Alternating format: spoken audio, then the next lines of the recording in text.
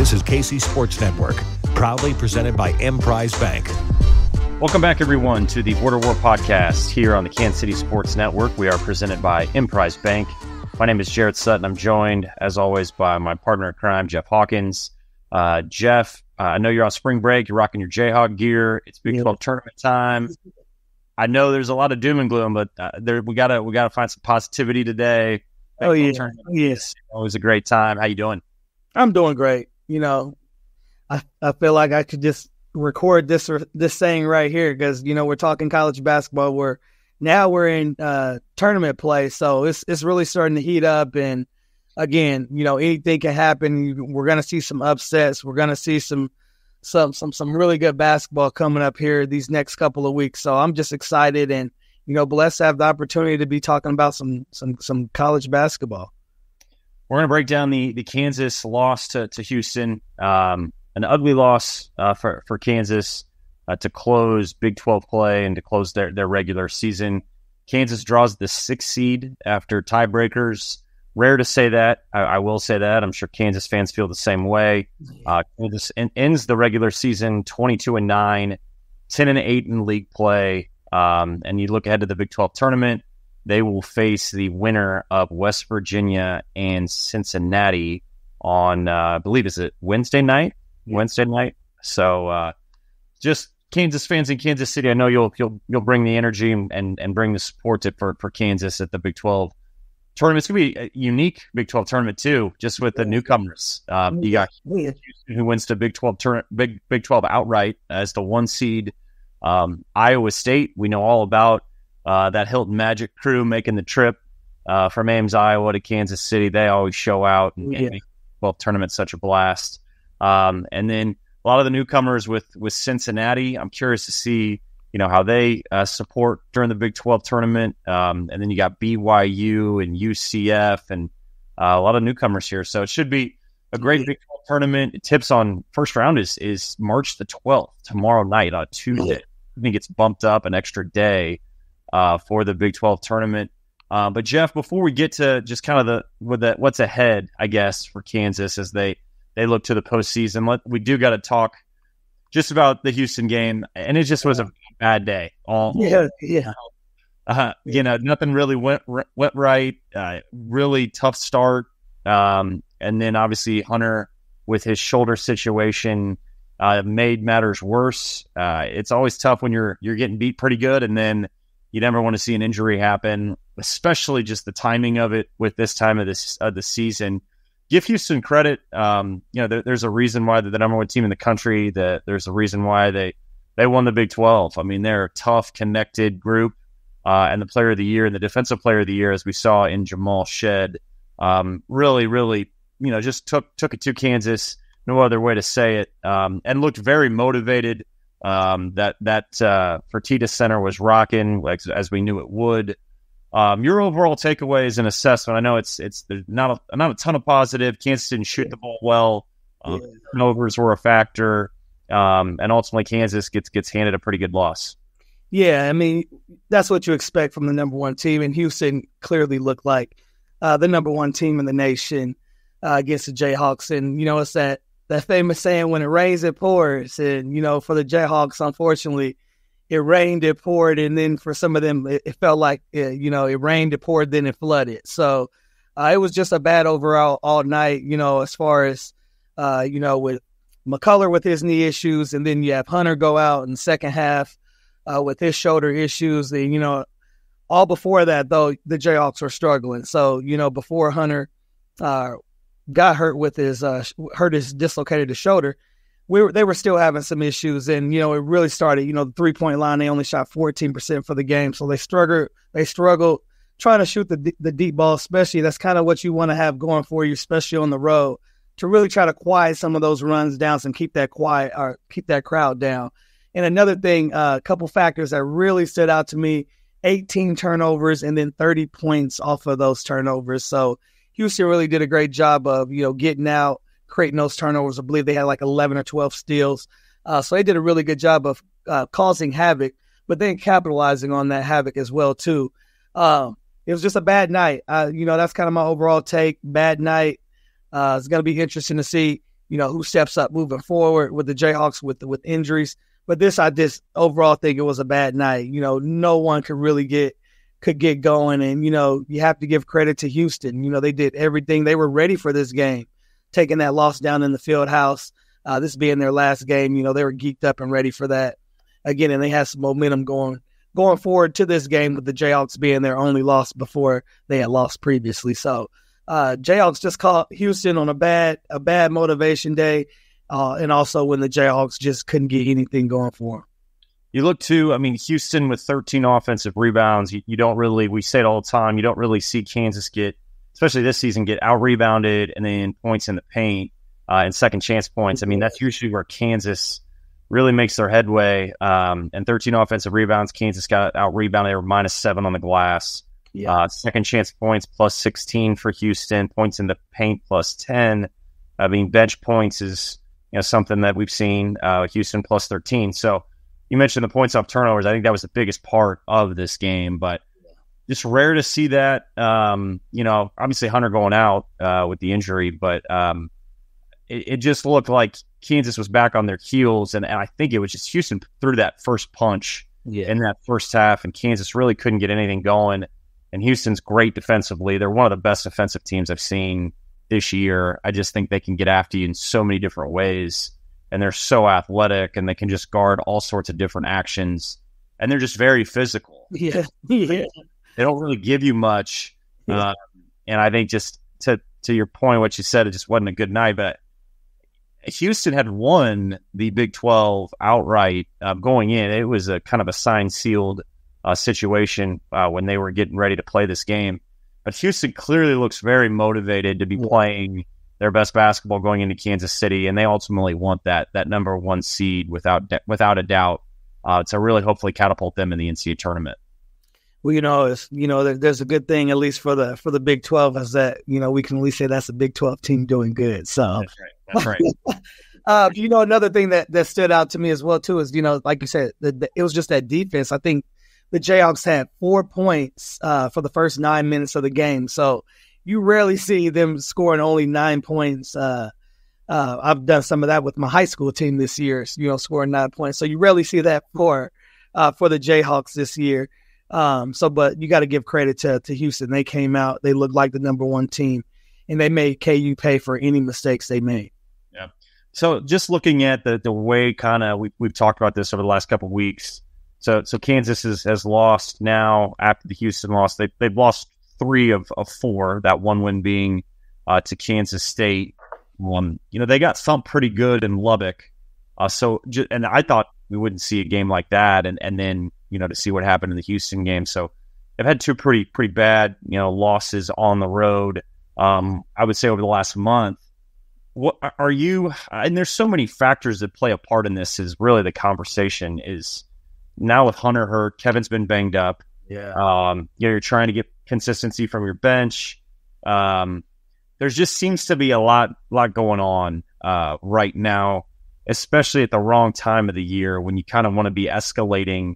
And it just feels like there's this rough patch, and Kansas is fully capable of getting through that. It's not like Kansas in this Bill Self era hasn't been faced with adversity. I know so much is made of just, how good Kansas has been in the Bill Self era, deservedly so, but it's not like, Bill's been able to bring them out of tough moments. Yeah. From a coaching side, are you seeing anything from Coach Self? I know he's got to be frustrated, but I also think, he's going to continue to battle. He's going to continue to compete and try to find ways to have a good showing in Kansas City. And we'll, who knows if Kevin and Hunter, I doubt, right, that they would be playing in Kansas City. I think it makes sense for them to stay, to get right and get healthy. It sounds like Hunter's not going to be season ending. From a coaching standpoint, anything you're seeing or anything that you would draw on of what Coach Self might be looking at practice-wise, or maybe what he's showing his guys right now? Coaching wise, I think right now is, he knows what situations he in, what they're in, small chance, very, very, very, very, very, very small chance McCullar and Hunter play.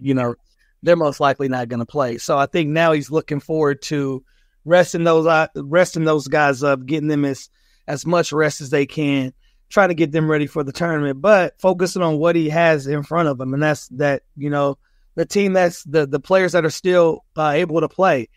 So guys like Brown, Dow, Timberlake, those guys right now, I think that's going to be his major focus, because if he can get these guys, if he can sneak with no Hunter, no McCullar, a win or two in the Big 12 tournament with these guys being able to play good and get some confidence, I think it's going to allow them they could be a scary team coming out in March, in March Madness, when you get Hunter and potentially Hunter and McCullar back. So I think right now he's just trying to make sure these guys are locked in. They know what they're doing. He's giving them as much confidence because they're going to get the reps. They're going to get the reps now. They're going to have those abilities to make mistakes. So it's just going to really see what can they make of their time when they're out there.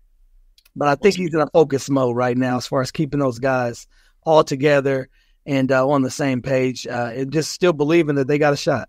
Yeah, and you mentioned it. Like, I do think that it is important for, even if McCullar and Hunter, are not playing, that it's a great opportunity for Johnny Furphy to be aggressive. Yeah.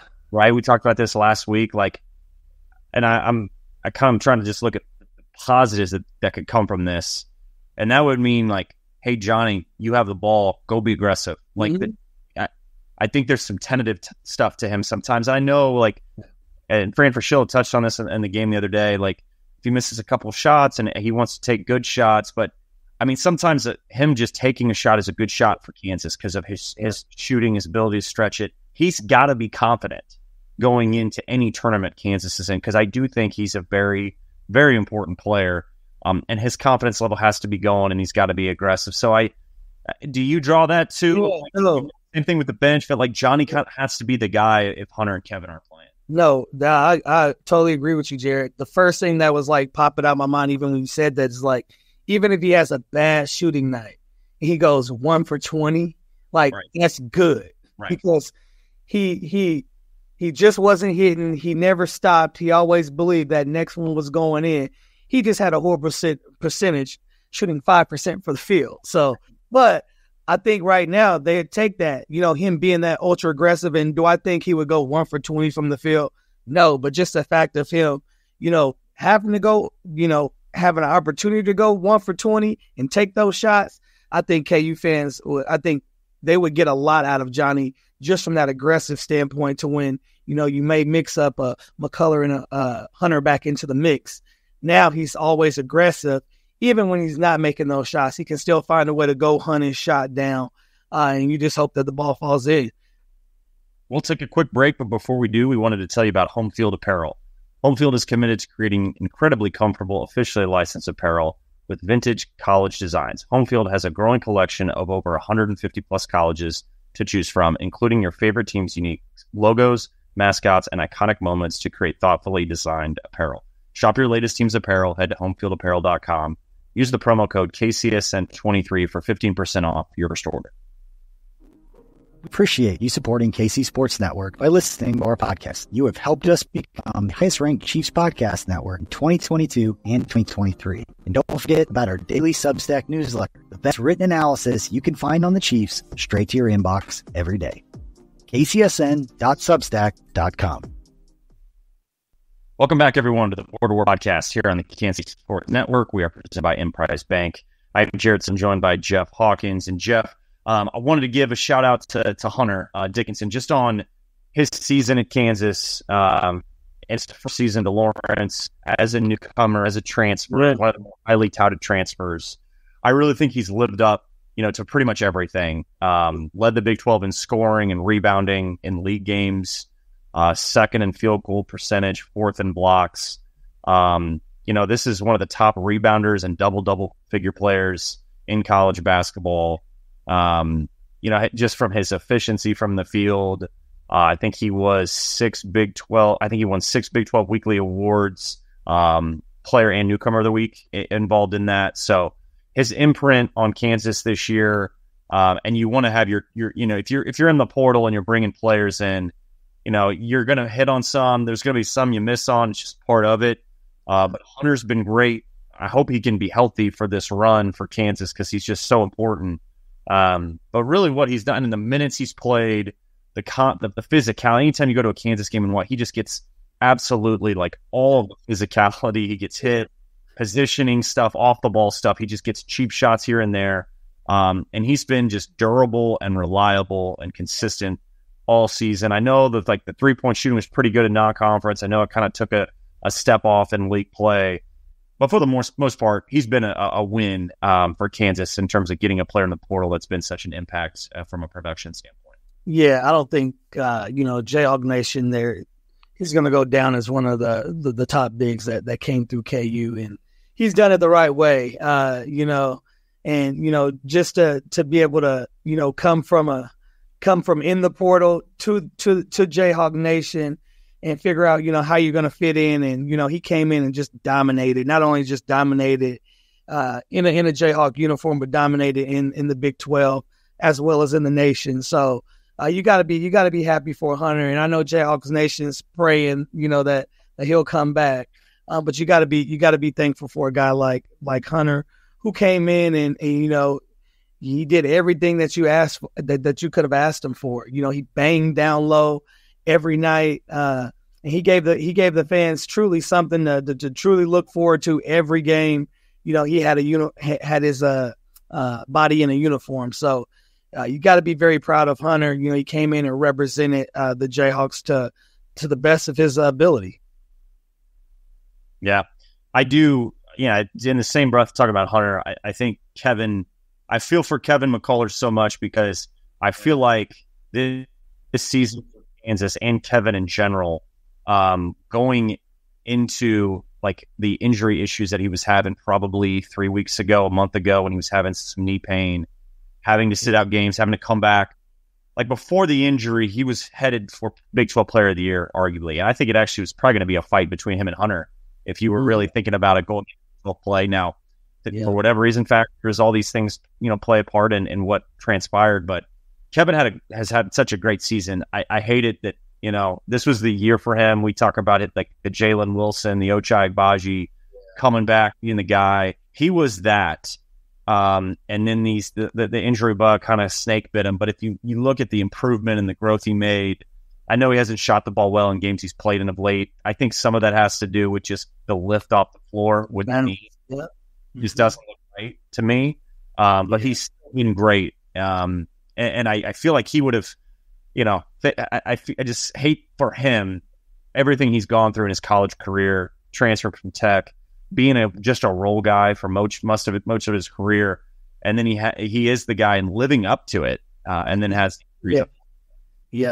and then Kevin's the guy that'll be very, very, very close to a lot of people's heart, just because again, I go back to late night when I was talking to him, and now he was dead serious about if this team falls or it does not succeed, he puts it all on himself. And you always want to root for a kid like that, but you always want to tell him, hey, it doesn't always have to fall on you. You got it's a collective unit, but you love a guy that loves to put his team on the back. And until you start speaking those knee injuries with Kevin, he was again one of the top players in that Big 12 conference, and what he was doing for the Jayhawks.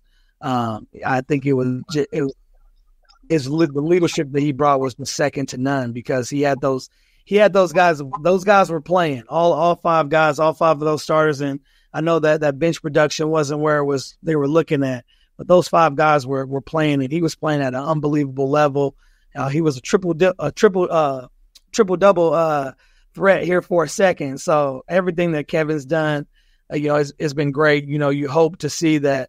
You hope that his knee can get healed up and recover a little bit better, and Hunter the same, to where they can go in and make a nice little run next week. Or in the tournament.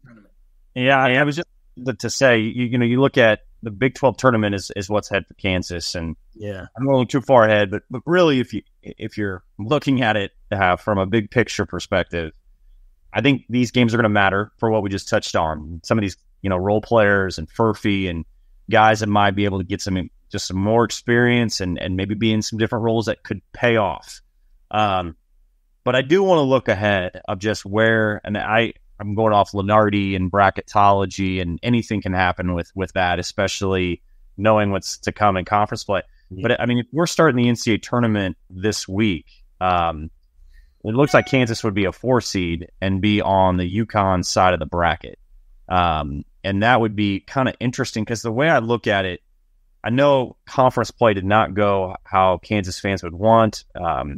You just rare to see Kansas as a 6 seed in the Big 12 tournament, but they'd still right now be a 4. And a lot of that has to do with what they did in non-conference play. The league as a whole should probably get 9 teams in, it's looking like. Yep. That's subject to change. But I look back on just when this team was healthy and when this team was right. If you go back and look at the Kentucky win, the Tennessee win, the UConn win, even the win at Indiana to come back and win, when Oklahoma was ranked in the top 10, how they were able to really handle Oklahoma to start league play. You look at just kind of the games that took place in the non-con at full strength. Kansas is just as good as anybody, right? So I think there's a little bit of that where Kansas sits right now, and yes, health is a part of this, that I feel like some people are kind of writing it off. And I think Bill Self is the best coach in America. And when you look at this tournament, there's some teams that probably are deeper, that probably have maybe more athleticism, maybe more shooting. But at the end of the day, Kansas in non-conference play was right there. I mean, I was at that game against UConn. I think UConn is so dangerous, and I think they should be a 1 seed. I would not want to play UConn. I think they're legit just with everything they have. Yeah. And Kansas beat them. And I know it was at Allen Fieldhouse, but Kansas was great in that game. Kansas put it to Houston in their own building. I know it was Allen Fieldhouse, but you would say that at that point, guys were pretty healthy for the most part, and Kansas looked great. So I think it's a little bit doom and gloom, but I wouldn't be surprised, I guess, if Kansas, if Hunter can be healthy and Kevin can be healthy enough and maybe find his shot. Kansas is fully capable of going on a long run in March, and that cannot be overlooked. Yeah, I agree. This is the time to get hot, and I always think of Malik Newman when he got hot during this time. And that was a special run. Yeah, special run. Man. All it takes is, a couple plays, especially playing on this big of a stage. I mean, the stage, the whole atmosphere, everything you do once you start getting to the NCAA tournament is just different, and it can elevate your play just by just how the whole scenery is different. So, and if you're making shots and you're making plays out of that, I mean, anything can happen. So, I think right now, that's kind of where the Jayhawks are in that kind of, they're needing something like that to boost them up and go right now because they're dealing with so many injuries and just trying to figure some things out. But it could still also be a scary sight if they figure some things out. Guys get healthy. A couple of these young guys start figuring some things out. Furphy, takes his role a little bit more serious because there's going to be more shots on the table. It's a lot of factors that can help it. And again, you mentioned it best or first. They got Coach Self, one of the greatest coaches, the best coach, I believe, in NCAA basketball today. So they have a really good leader. He has a great coaching staff. So it's going to be interesting to see, what adjustments. That's, I think, one of the fun things to watch about Coach Self is what adjustments, what things he's going to do. He's definitely on the drawing board right now. So it's just going to be interesting to see what he comes up with. Yeah, and you look to, there are things with this current team, and I know it's mentioned, over the last 10 years when we've gotten to the Big 12 tournament, Kansas has faced a lot of adversity going into the Big 12 tournament. Doak was out a couple of years. Josh Jackson didn't play. Cliff Alexander didn't play. Embiid didn't play. There was the pandemic. Bill Self scare. And now it could be McCullar and Dickinson. And the reason why I say that is, it's not like Kansas hasn't been in this predicament. Now, I'm sure, the record and the seeding and all that was different. But it doesn't take away from the fact that where we sit right now, things could look different next week. And it shouldn't shy away from, Kansas being a dangerous team in the NCAA tournament. Yep. Like you said, this is the team that beat Houston, again, they are at home, but a win's a win. This is a team that beat Houston and UConn, so they can get some things rolling. Who knows what's going to happen? That's right. Jeff, the one guy I did want to hit on, and I'd still deep down believe that he's critical to if Kansas is to go all run, and that's Dajuan Harris. Yeah. He's a championship player. He's won a title. He is that older leader. I know he's different in that he's not a vocal guy. He's a very creative, pass first point guard. He can defend and get steals, and he's a very pesky, active defender. I look at just kind of over the last month, his unwillingness to shoot threes, and if he does shoot a three, he just hasn't been confident. I think he shot 5 total threes over the last 5 games. His last 3-point make was at Oklahoma. And we talked a couple weeks ago about how when he's in double figures in scoring, that's usually a really good sign for Kansas if he can get over 10 points. Yeah. Sorry. I'm just curious what you would say just about does he need to be shooting threes? Does he, if he's wide open, I still believe that he needs to have some confidence, and maybe that's Big 12 tournament play him. Hey, Dajuan, shoot the ball. Man, I think he needs to. If you ask me, I think he needs to shoot more threes. He's shooting 38% from the field. If you told me, hey, you're gonna be shooting 38% from the field every year, I'm chucking up shots. I'm gonna have to shoot that. I'm gonna have to shoot that 3 ball because I know almost at least every 4 out of every 10 I shoot is going in, and if I get hot, who knows what can happen. So, for him to be shooting, 38%, I think he has to. You gotta take 2 to 3. You gotta at least take 2 to 3, and if you're hitting, you obviously take more.